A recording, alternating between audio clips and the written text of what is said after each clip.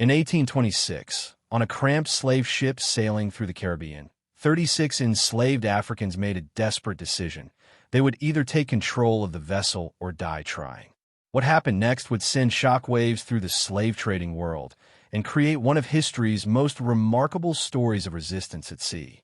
Welcome to Historic Crimes TV, where you get the true story of events that have happened in the past, which helped shape the history of the world that we are living in. My mother said I wouldn't even reach 1,000 subscribers. Help me show her that real-life stories like this matter and deserve to be heard by liking the video.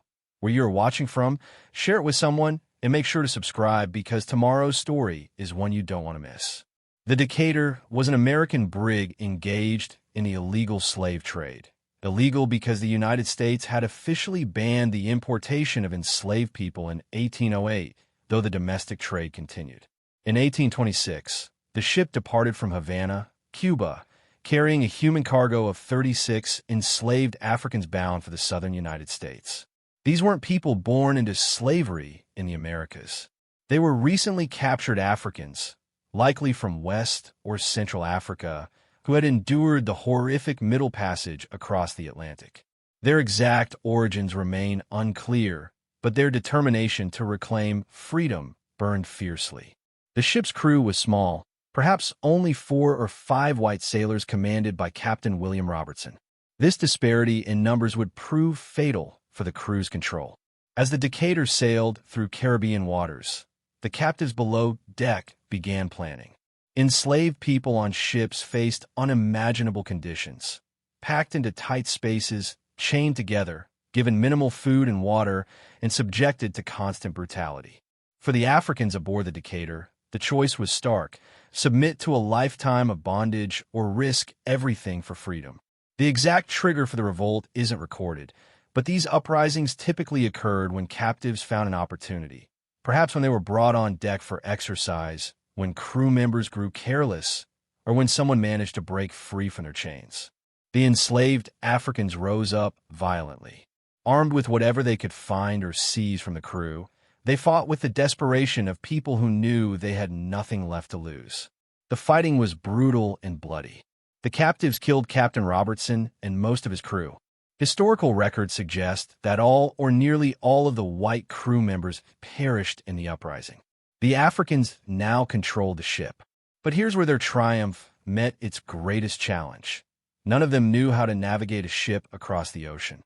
The formerly enslaved Africans found themselves masters of a vessel they couldn't properly sail.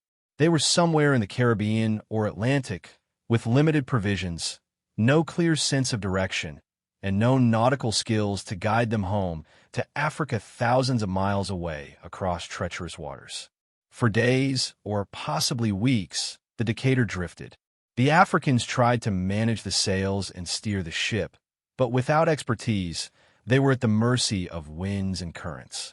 Their food and water supplies dwindled. The same ocean that might carry them to freedom could just as easily become their grave. Eventually, the Decatur was spotted by another vessel. When sailors from this ship boarded the drifting brig, they found the aftermath of the revolt. Dead crew members and exhausted Africans trying to sail a ship they didn't understand. The Africans were captured and taken to a port, likely in the southern United States. Because they had killed white men and seized a ship, they faced serious legal jeopardy. Under the laws of the time, enslaved people who killed their masters or captors could be, and often were executed, but some were probably executed for murder and piracy. Others were sold into slavery despite the illegality of the international slave trade. Overall, the incident was likely hushed up by authorities who didn't want to publicize successful slave revolts, fearing they would inspire others. The Decatur Revolt occurred during a pivotal moment in Atlantic slavery.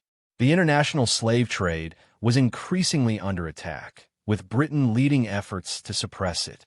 Yet the demand for enslaved labor in the Americas remained enormous, creating a thriving illegal trade. Ship revolts like the one aboard the Decatur struck terror into slave traders and added significant costs and risks to their operations. Every successful revolt, even those that ended in recapture, demonstrated that enslaved people would resist, violently if necessary, and that the entire system of human trafficking existed only through overwhelming force.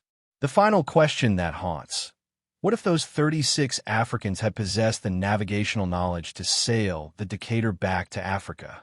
Would they have made it? Would their story have inspired even more rebellions? Would the course of history have been different? We'll never know. But their courage in trying, their willingness to risk everything for a chance at freedom, deserves to be remembered and honored, even when their names have been lost to time.